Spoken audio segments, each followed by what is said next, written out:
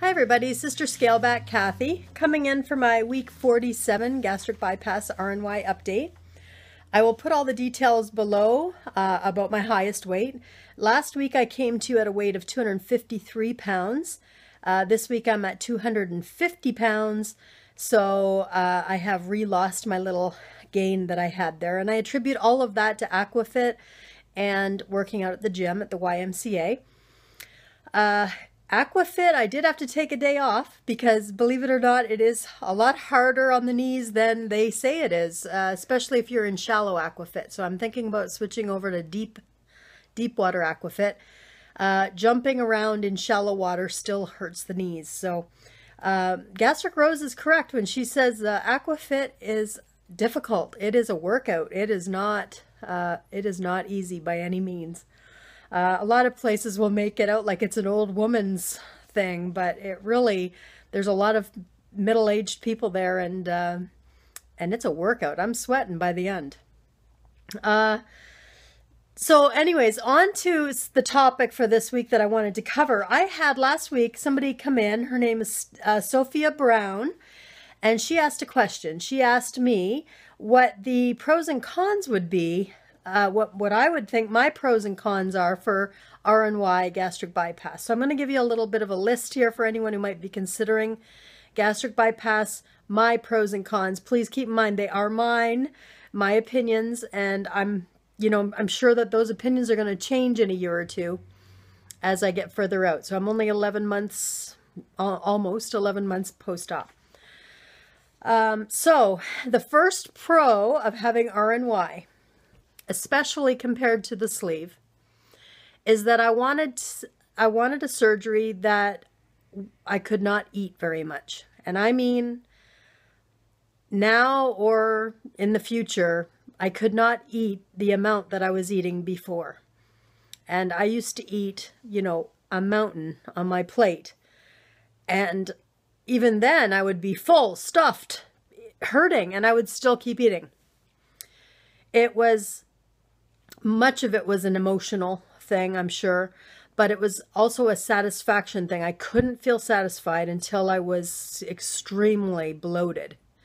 And I knew, and I'd tried every diet out there, you name it, I tried it. And, I'd lose 20, 30 pounds, sometimes even 50 pounds, but I'd always end up going back and putting it on. Why? Because I could always go back to eating more. And that's exactly what I knew was my downfall. So I needed to have something that would keep me from being able to eat a lot of food in one sitting. And that's really the main reason that I had the RNY surgery. Keep in mind that in Ontario, Canada, I didn't really have much of a choice between the sleeve and RNY. They pretty much go for RNY right off the bat. If I had medical problems, they would have given me the sleeve if I had requested it, but I had medical problems, but not bad enough for them to consider the sleeve. Now that's the first pro about having RNY. That is also the biggest con of having RNY, is you can't eat much. So it's a pro and it's a con, because it's emotionally frustrating. Very emotionally frustrating when you've had a bad day and you want to eat something, whatever it is. Cheesecake, lasagna, spaghetti, you name it. You can't do it. And even if you try, you're going to get sick. You're going to be in pain. You're going to feel bad. You're not even going to be able to have more than 2 bites probably anyway. And it's just emotionally frustrating. So that is a pro and a con, that you cannot eat very much food. So be aware of that and realize that, a lot of it is mental work, and you really have to be ready and aware that that's going to happen. A lot of people will turn to other things to get that emotional satisfaction. And I have friends who have turned to alcohol, and I myself have turned to gambling. I've become a little bit of an addicted gambler. So there are dangers to that. Be prepared for that mental shift. The second pro I would say is that your hormones reset when they cut the nerves in your stomach during the surgery, and your insulin stabilizes. So if you have type 2 diabetes, RNY is absolutely almost 99% likely to resolve your type 2 diabetes and put it into remission. And I say into remission because if you continue to eat carbs, you know, high carbs, processed, refined carbs after surgery, because eventually you won't be able to eat a lot of it, but you'll be able to eat enough of it that it will start spiking your sugar again. You might have a 5-year reprieve from type 2 diabetes, and then eventually, if you don't curb the way you eat, you could get it back again. But at least, minimum, you get put into remission for, 2 to 5 years. And if you follow the program properly and eat the way you're supposed to, you'll probably never develop it again. Very low carb diet, basically. Now the con is, on the medical side of things, is that I have a remnant stomach that's just sitting in there. And if anything were to go wrong with that remnant stomach, they can't get to it with a scope down the throat or what have you. They would have to open me up to get to it. So you can still develop an ulcer in your remnant stomach, and you can still have issues that they can't get to because it's closed off in there. Another pro that I have, I want to exercise because I have more energy. So that's a huge pro. My energy level has tripled, quadrupled. And so I'm always wanting to go out, and I'm enjoying going to the gym. I'm enjoying doing aquafit. It took probably 4 to 6 months for me to feel that way regularly. But after I've lost now 111 pounds, I walk and don't even think about what I'm doing anymore. It's not even exercise to me anymore. It's just I'm an active person. I'm always go, go, go. The con on that side of the fence is that I have to exercise. And the reason I say that is because there are days where I'll go, I don't really want to go to the gym because I have this and this that I could do instead. But if you want to be successful long term, and especially if you've started working out and building muscle like I have, you can't miss a day or you'll lose what you've gained. And so you start to think that way. And some days I can be a little bit upset. It's like, oh, damn it, I have to do this. I'd rather do something else, like go to the beach or, go visit a friend. But no, I have to go to the gym. Most of the time I want to, so it's not really that big of a con, but if you want to maintain your weight after the honeymoon period, you do have to exercise regularly. So go into that knowing that you have to. One of the other pros, you're always going to be complimented in that first year. Everywhere you go, everyone who's ever known you as you were obese is going to be complimenting you. Oh, wow, you look so great. You've lost a lot of weight. And it feels good. One of the cons about that is that everybody's focused on you.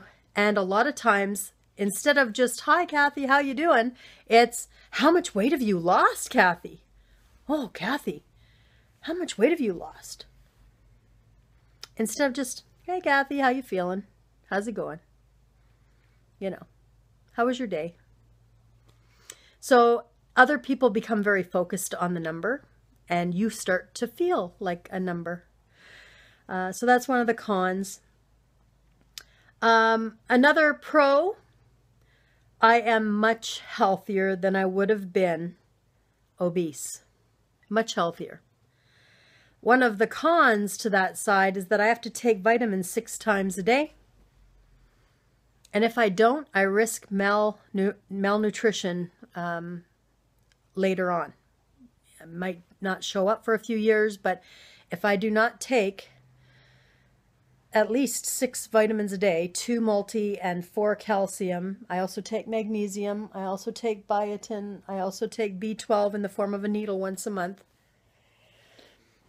If I don't take those every day, I risk down the road getting bad teeth, getting osteoporosis, brittle bone disease, or breaking my bones easily. And since I'm not quite 50, but I'm getting there, you need to worry about when you get into your older years how well you're going to handle that. Now, the only way you can tell if you need calcium is a bone density scan. You can take blood work and it will say your calcium is good. And they might even say you don't need to take calcium because your calcium is good, but that's because your blood leaches it from your bones, and it will always show good in a blood test until there's no more calcium for it to leach from your bones and your bones are porous. So always take your calcium, and we only take calcium citrate, not caltrate, because citrate absorbs easier for RNY. You do malabsorb with RNY, which means you're not getting half for the first year of after surgery. You're not getting probably half of what you eat absorbed. That's why I take 2 multivitamins instead of just 1. A normal person would take 1, I take 2. Normal person might take 1 or 2 calcium, I take 4. A lot of women, especially, take iron. I do not have a monthly cycle, so I don't have to worry about iron. Yet. We never know. That's another thing. So you have to take your blood work regularly every 6 months to a year, minimum. You've got to have your blood work taken. Another pro, I have, and I like to knock wood when I say this, wherever there's wood around here. I have alleviated the risk of death from heart attack or limb amputation from type 2 diabetes, or which would have developed into type 1 eventually, for at least 5 to 10 years if I follow proper eating habits. That is a huge pro to me. It is another one of the reasons that I had the surgery. I needed to stop eating all of that food because I needed to lose the weight because my health was very poor. Now the con on that side is that there is risk of complications with this surgery.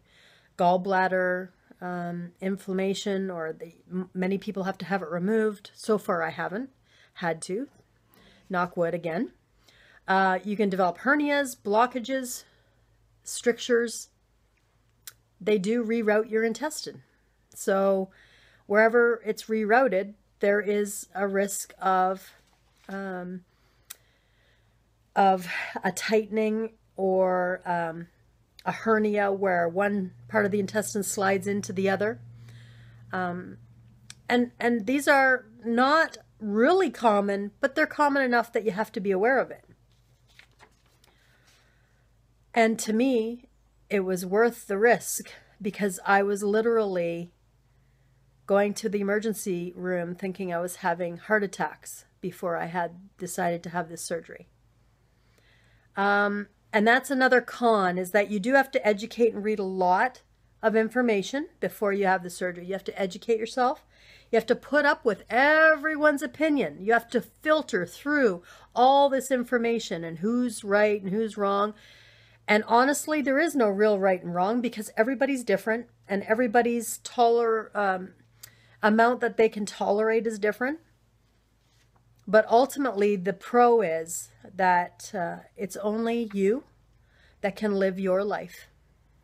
And I did that for me because I have to live my life. And the way I was when I was obese, I was not living. I was surviving. So in general, there is a con for every pro that you can find for this surgery. But in the end, it's all about quality of life and how are you living, what years you have to live. Barring any unforeseen circumstances, your health is the #1 issue that you have to take care of. Complications, including death, can happen with the surgery. I was going to die, in my belief, I was going to die from some awful heart attack either way. So I needed to take that chance. And if you have a strong faith system and if you research and do your especially research your surgeon. Get all the stats about how many surgeries he's done, how many fatalities he's had in his practice. You will find that the fatality rate is very, very low. Another thing that I wanted to just point out to everybody, let me just see. I printed off today a food pyramid that was posted by Dawn on Facebook.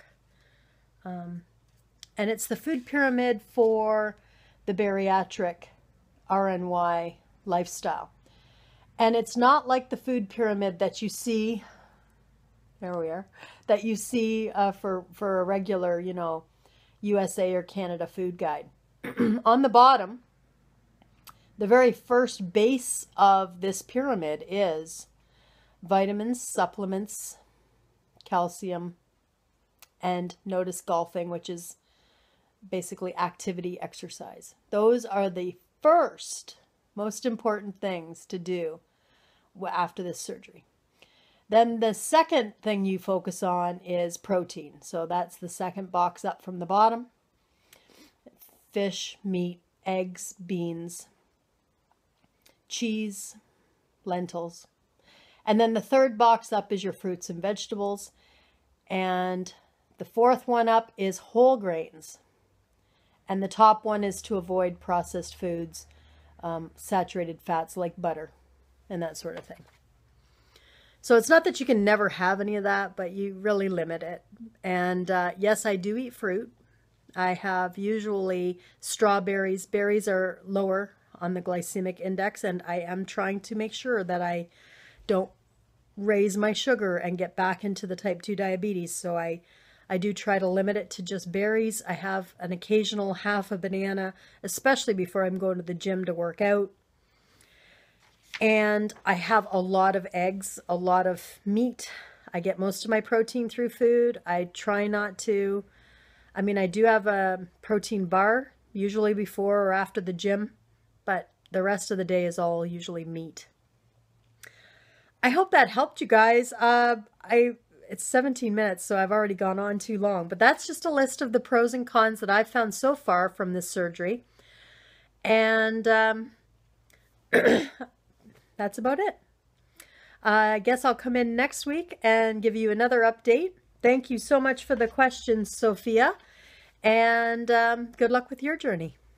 Have a great day, guys. Bye.